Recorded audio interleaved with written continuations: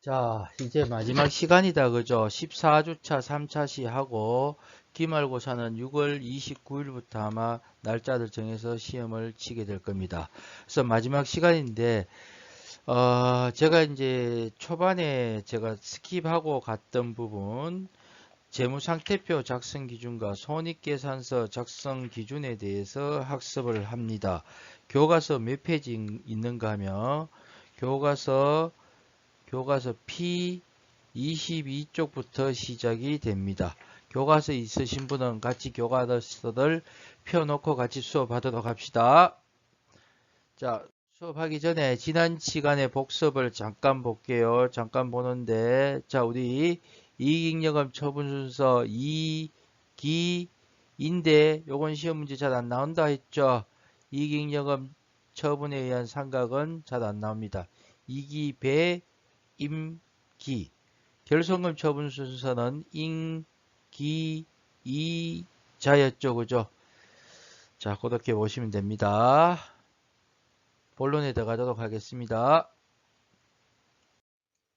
자, 재무상태표 작성 기준 첫 번째 구분 표시의 원칙입니다. 이 구분 표시의 원칙은 자, 손익계산서 작성 원칙에도 있습니다. 자, 재무상태표는 어떻게 한다? 자산, 부채, 자본으로 구분하여 표시하고 자산은 유동자산, 비유동자산, 부채는 유동부채, 비유동부채로 분류합니다.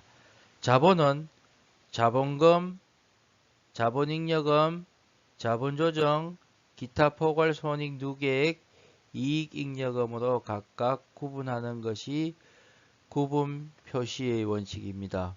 뭐 그렇게 어려운 거 아니죠? 우리 지금까지 배웠던 내용입니다. 그죠? 다시 읽어볼게요.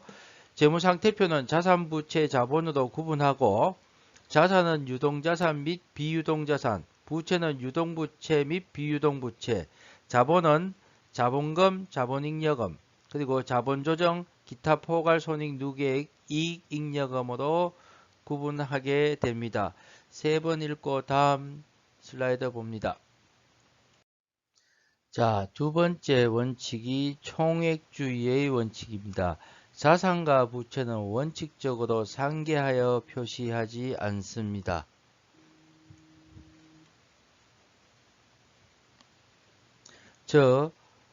자, 총액주의란 차변 과목에 해당하는 자산 항목과 대변 항목에 해당하는 부채 또는 자본 항목을 각각 총액으로 표시해야 됩니다. 자, A라는 사람이 B에게 외상매출금이 있고 또 외상으로 샀는 외상매입금이 있습니다. 100원이 있고 외상매출금이 줄 돈이 50원 있습니다. 자, 이놈을 상기해서 외상매출금 50만원, 50원 이렇게 표시할 수 있다 없다? 표시할 수 없습니다. 알았죠? 자, 총액주의 원칙. 자산과 부채를 상기하여 표시해서는 안 됩니다. 알았죠? 그러니까 결국은 뭐냐면은 이해관계자 입장에서 내가 받을 돈이 얼마고 줄 돈이 얼마인가를 총액으로 알고 싶어 하겠죠. 그래서 총액주의 원칙 상기하여 표시할 수 없습니다. 자, 재무상태표 작성 기준 세 번째입니다. 1년 기준이죠. 1년 기준 정상적인 영업주기도 기억을 해 주시고요. 자산과 부채는 1년 기준 또는 특별한 경우 정상적인 영업주기를 기준으로 자산은 유동자산과 비유동자산, 부채는 유동부채와 비유동부채로 구분하는 것을 원칙으로 하고 있습니다.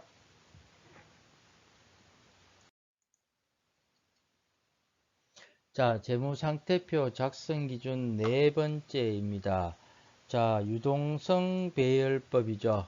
자, 유동성 배열법은 재무상태표상 자산 부채는 유동성이 큰 항목부터 배열하는 겁니다.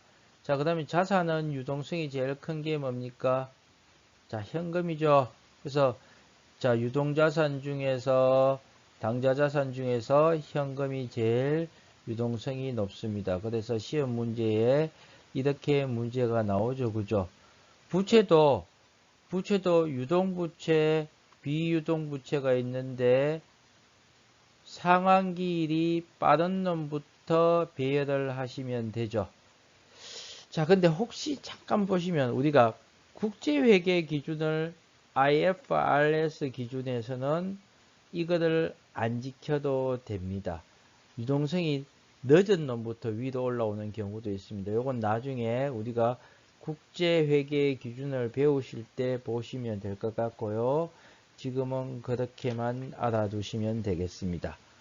되셨겠죠? 자, 다음 거 볼게요. 자, 다음은 다섯 번째 재무상태표 작성 기준 다섯 번째 잉여금 구분의 원칙이었습니다. 자본거래에서 발생한 잉여금과 손익거래에서 발생한 잉여금을 구분합니다. 우리는 자본이 자본금, 자본잉여금, 자본조정 이게 자본거래에서 발생했죠.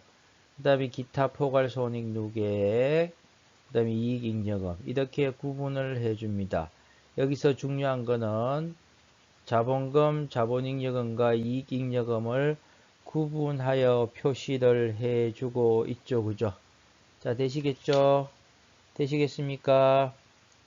자, 다음 거 볼게요. 자, 마지막 거 하기 전에 잠깐 처음부터 한번 볼까요? 첫 번째가 구분 표시의 원칙이었습니다. 그죠? 재무상태표 항목을 적절하게 구분 표시해야 합니다. 그죠? 재무상태표상의 자산, 부채, 자본을 구분하여 표시를 했었고, 두 번째가 총액주의 원칙입니다. 자산 항목과 부채 항목을 서로 상기하여 표시하여서는 안 되죠. 세 번째가 1년 기준이었습니다. 자산과 부채를 1년 기준으로 유동자산과 비유동자산으로, 그 다음에 부채는 유동부채와 비유동부채로 분류했었죠. 그 다음에 그죠? 그 다음에 유동성 배열법 했었습니다. 그죠? 현금화되는 속도가 혹은 상환해야 되는 속도가 빠른 놈부터 먼저 적습니다. 그 다음에 다섯 번째가 잉여금 구분의 원칙입니다. 즉 자본거래에서 발생한 잉여금과 손익거래에서 발생한 잉여금을 구분하여 기록을 했었습니다. 표시를 했었죠. 그죠? 그 다음에 마지막으로 미결산 항목 및 비만 계정 표시 금지입니다. 우리가 가지급금, 가수금을 배우셨죠. 가지급은 생각나면 아마 출장을 갈 때 얘가 어떻게 쓸지 모르니까 여비도 대변에 현금을 지급했을 때 가지급금으로 적었습니다. 그 다음에 정체불명의 송금을 받았을 때는 가수금으로 받았을 때는 차변의 현금, 대변의 가수금 이렇게 적었었습니다. 즉 가지급금 또는 가수금 등의 미결산 항목은 그 내용을 나타내는 적절한 과목으로 표시하고 대조계정 등의 비만계정, 비만계정은 잊어버리지 않기 위해서 기록해낸 계정입니다. 기록한 계정입니다. 이런 비만계정은 재무상태표에 자산 또는 부채 항목으로 표시할 수 없습니다. 자, 이거의 대표적인 게 가지급금, 가수금도 있고 또 뭐가 있습니까? 우리 배웠던 게 네, 현금, 과부족도 재무상태표상에 나타날 수 없었죠. 결산 시에 원인이 밝혀지지 않으면 결산 시에 잡이익이나 잡손실로 처리를 했었죠. 그죠? 미결산 항목 및 비만 계정의 표시 금지입니다. 자, 여기까지가 우리 재무상태표 작성 기준입니다. 여러분 한번 볼까요? 어때요? 별로 어렵지 않죠? 별로 어렵지 않는데 이게 사실 회계를 배우면서 제일 첫 시간에 수업을 하게 되면 어려웠겠죠. 근데 전체를 쭉 배우고 다시 이걸 보니까 전혀 어렵지 않죠. 그죠? 어렵지 않습니다. 그래서 이렇게 아마 책을 다시 앞부분에 책을 복습을 하면 이런 부분들이 어렵지 않게 느껴질 겁니다. 자, 요까지 한번 쭉 교과서도 한번 보시고 복습을 하고 손익계산서 작성 원칙을 볼게요. 교과서 몇 페이지인가 하면 22페이지부터 자, 22페이지부터 24페이지까지 있습니다. 자, 그까지 보시도록 하세요. 조금만 이따가 손익계산서 작성 원칙 볼게요. 자, 손익계산서 작성 기준을 보는데 아마 손익계산서 작성 기준은 사실 이 발생주의는 여러분에게 조금 어려울 수 있습니다. 그러나 우리 손익계산서 작성 기준의 대원칙이 발생주의입니다. 발생주의입니다. 아마 회계원리 시간에 배우셨지 싶은데 한번 볼까요? 자, 10월 1일 날 보험료를 현금으로 12만원 지급했습니다. 그러면 보험료라고 봅시다. 12만원 지급했습니다.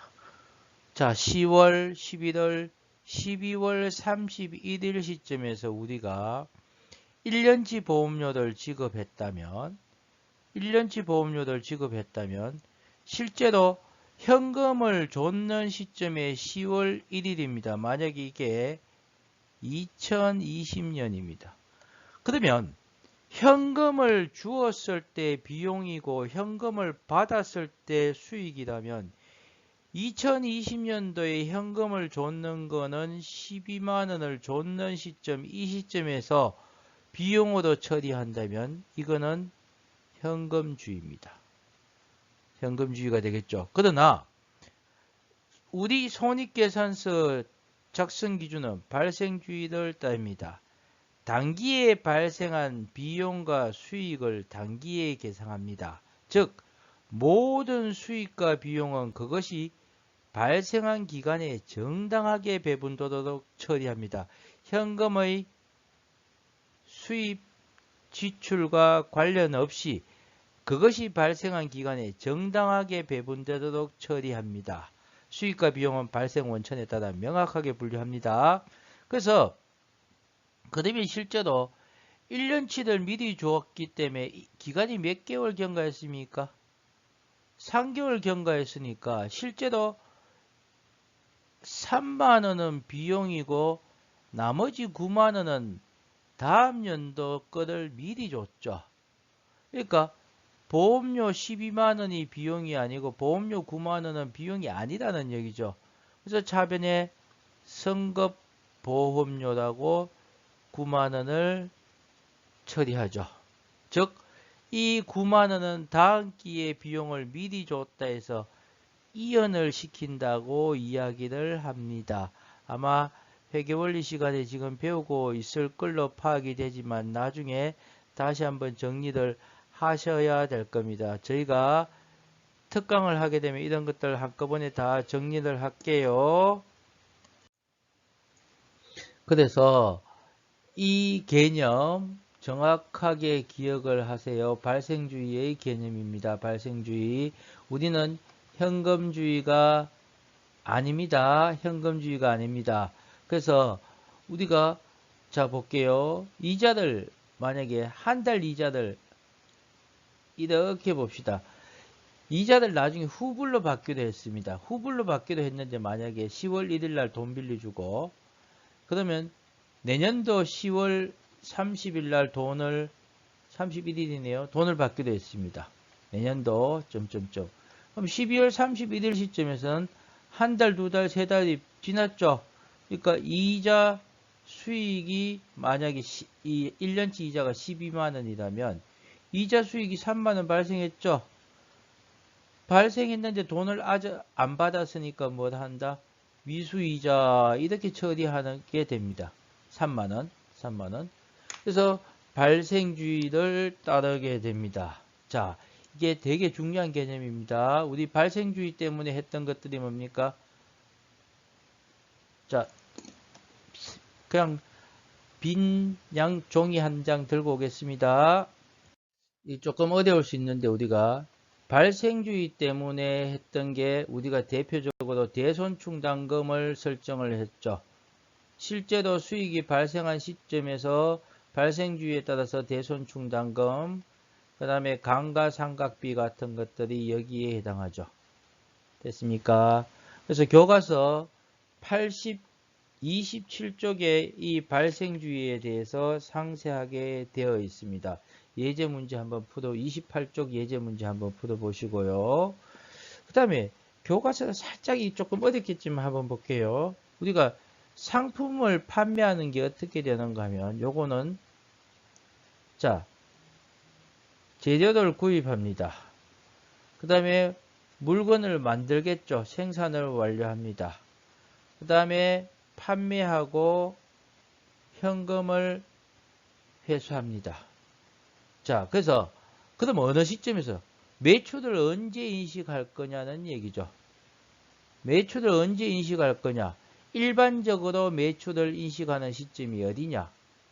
자, 요 시점입니다. 판매 시점입니다. 판매 시점, 다른 말로 인도 시점이라고 합니다. 됐죠? 용역은요, 제품이면 인도 시점, 판매 시점입니다. 우리가 돈을 안 받았더라도 차변의 외상 매출금, 대변의 매출로 처리하죠. 그죠? 그러니까 인도 시점에서 매출로 잡습니다. 근데 용역은 언제? 용역 제공 시점입니다. 자, 제가 우스갯소리로 이런 얘기합니다. 청부폭력업자는 청부폭력을 한다. 그럼 대변에 언제 매출로 잡습니까?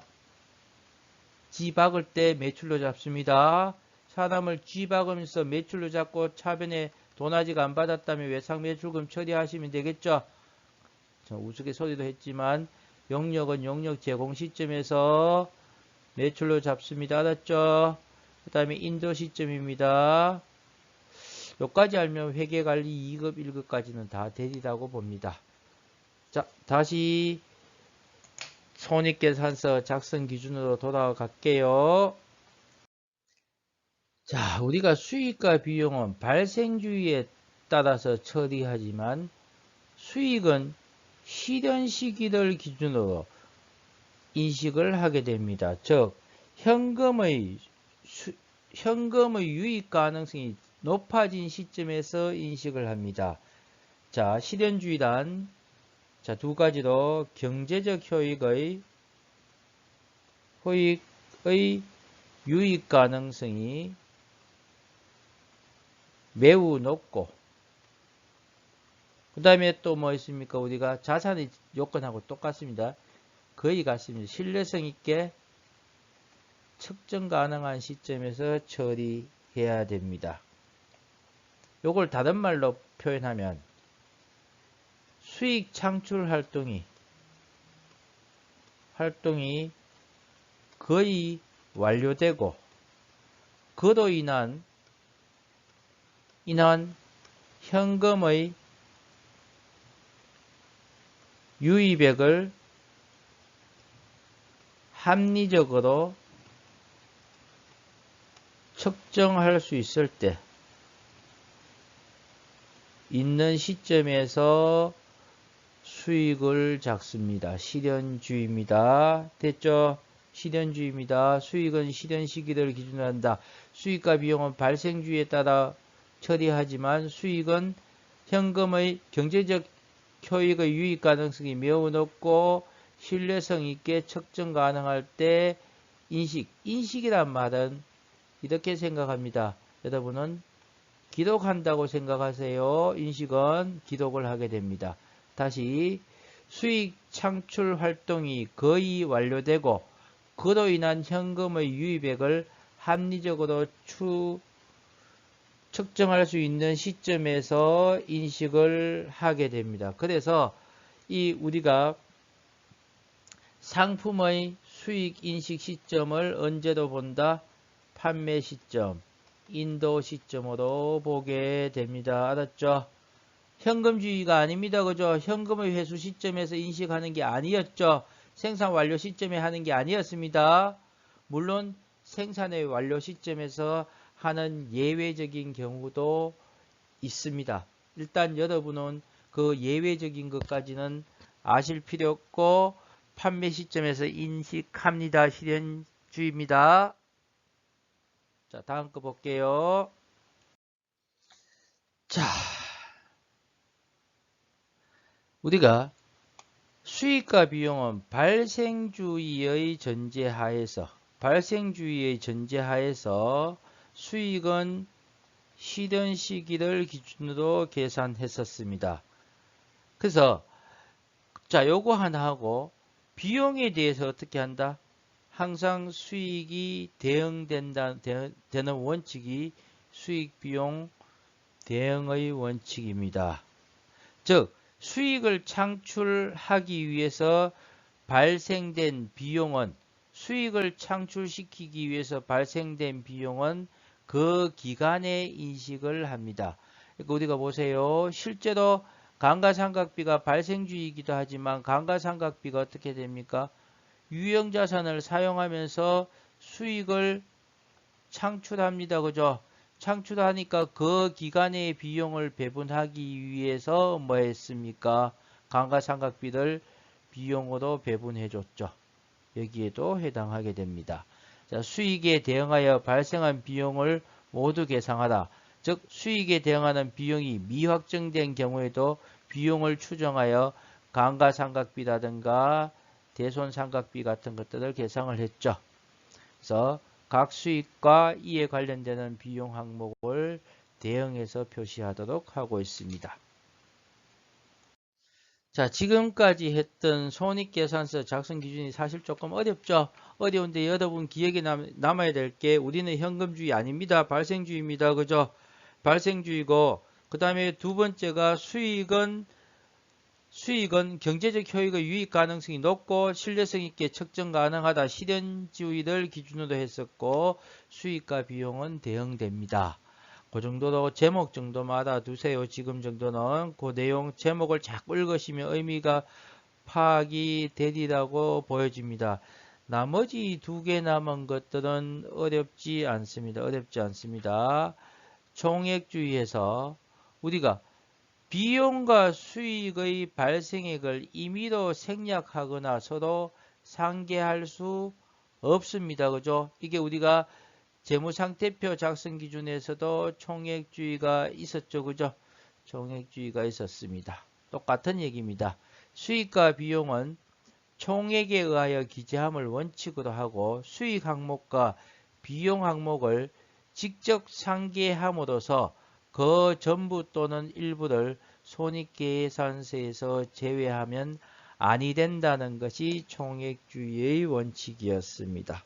이건 뭐 어렵지 않죠? 넘어가도록 하겠습니다. 자, 마지막으로 구분 표시의 원칙입니다. 자, 우리가 아마 배웠던 거 다시 한번 볼까요? 자, 제일 먼저 손익계산서는 1번에 매출액, 여기서 매출 원가 빼면 뭐가 나옵니까? 매출 총 손익이 나오죠. 여기서 판매비와 관리비를 빼면 영업손익이 나오죠. 여기서 영업 외 수익 더하고 영업 외 비용을 빼면은 뭐가 나옵니까? 법인세 비용 전 당기 순손익이 나오고 법인세 비용을 빼면 뭐가 나온다? 당기 순손익이 나오겠죠. 그래서 손익계산서 작성 기준의 구분 표시의 원칙은 매출 총손익, 영업손익, 법인세 비용 차감전 당기 순손익, 당기 순이익으로 구분 표시한다는 게 구분 표시의 원칙입니다. 자, 여러분 손익계산서 작성 기준 다 했습니다. 그죠? 다 했고 꼭 복습을 교과서 해주시고 교과서 P의 31쪽에 저기 재무상태표와 손익계산서의 관계를 다시 한 번 더 복습해 주도록 하세요. 한번 다시 보시면 새롭게 느껴집니다. 복습을 해 주세요. 자, 여러분 이제 이번 학기 전표회계 실무를 대부분 마쳤습니다. 이제 마지막 시간이죠. 그죠? 마지막 시간인데 조금 아마 이 여러분 전표회계 실무 시간에 하기에는 조금 어려운 부분들도 다루었었고요. 아마 여러분 교과서들 보면은 중간중간에 스킵하고 지나간 부분이 있습니다. 이런 부분들은 나중에 우리가 이 단계를 거치면은 쉬운데 거치지 않고 학습을 하게 되면 여러분 흥미를 잃어버릴 수 있는 부분들이 있고 중요성이 조금 낮아서 넘어간 부분들이 있습니다. 그래서 우리가 만약에 7월 달에 이 회계관리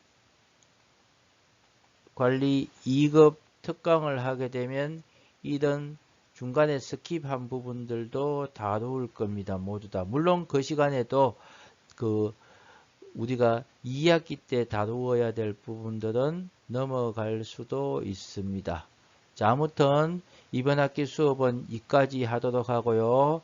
기말고사에 대해서 다시 안내를 한 번 더 하면 다음 주 내로 제가 다음 주쯤에 우리가 기말고사가 29일부터 치니까 한 22일쯤요. 22일쯤에 20일 이전에 공지사항에 제가 지금까지 퀴즈 냈던 거, 그 다음에 과제 냈던 파일을 정리해서 올리도록 하겠습니다. 올리는 거 하나. 그 다음에 두 번째, 이렇게 할게요. 교과서에서 꼭 풀어봐야 될 문제를 제가 제시를 할게요. 그래서 시험 문제는 요놈에서만 낼게요.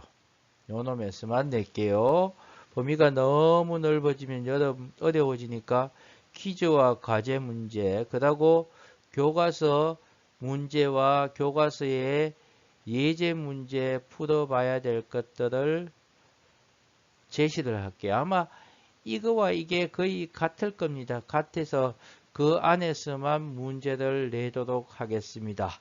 그래서 중간중간에 궁금한 사항이 있으면 언제든지 카톡이나 다른 수단을 통해서 문의를 하세요. 하시고 그 시간이 되실 때 한번 쭉 전체적으로 한번 다시 복습을 하시면 좋을 것 같습니다. 자, 한 학기 동안 수고하셨습니다. 마지막까지 건강 유념하세요. 감사합니다.